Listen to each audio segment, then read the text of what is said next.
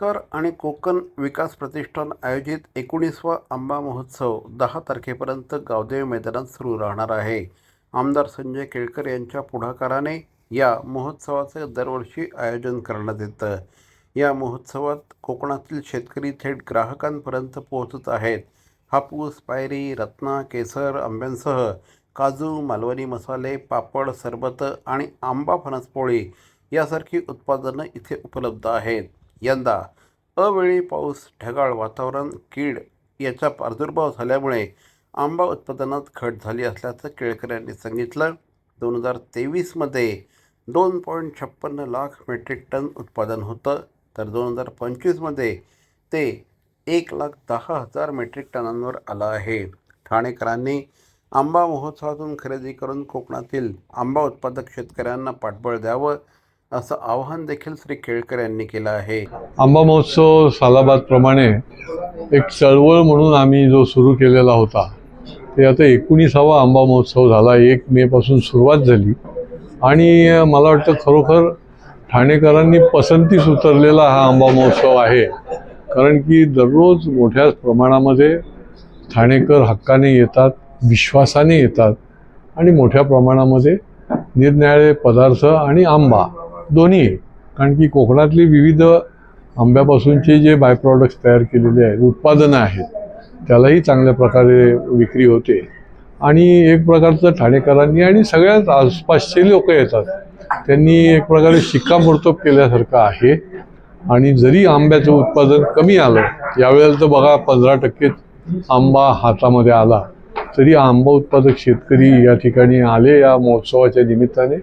आणि मला वाटते की उत्पादक आणि ग्राहक ही जी चळवळ आहे ती अशाच पद्धतीने यशस्वी होताना आम्हाला बघायला मिळते। शशिकांत लोंढे आणि आम्ही दरवर्षी इथे आंबे घेत असतो, चांगले मिळतात आणि गॅरंटेड मिळतात। बाकीचे कुठचे असे कार्बेडनी विकवलेले नाही मिळत काय, त्यामुळे आम्ही दरवर्षी आंबा घेण्यासाठी थांबतो आणि आंबा महोत्सवमधूनच घेतो। हे 19 वर्षापासून आम्ही या ठिकाणी आंबा महोत्सवामध्ये सहभागी होत असतो।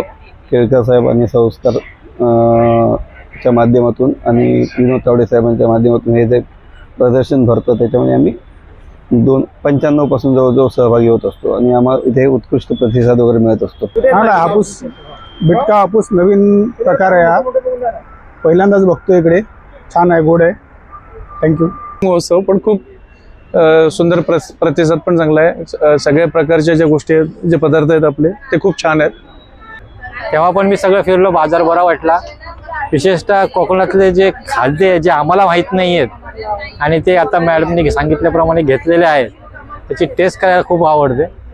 आंबा खरेच चांगले आहेत, म्हणजे घरी खाल्ल्यानंतर मी माझ्या ऑफिसमध्ये दिला, त्यांनी सांगितला हा खरा हापूस आंबा आहे। म्हणजे या इथे बाजाराचं एक वैशिष्ट्य आहे की इथे आल्यानंतर तुम्हाला खऱ्या प्रकारचा सगळे आंबे मिळतील।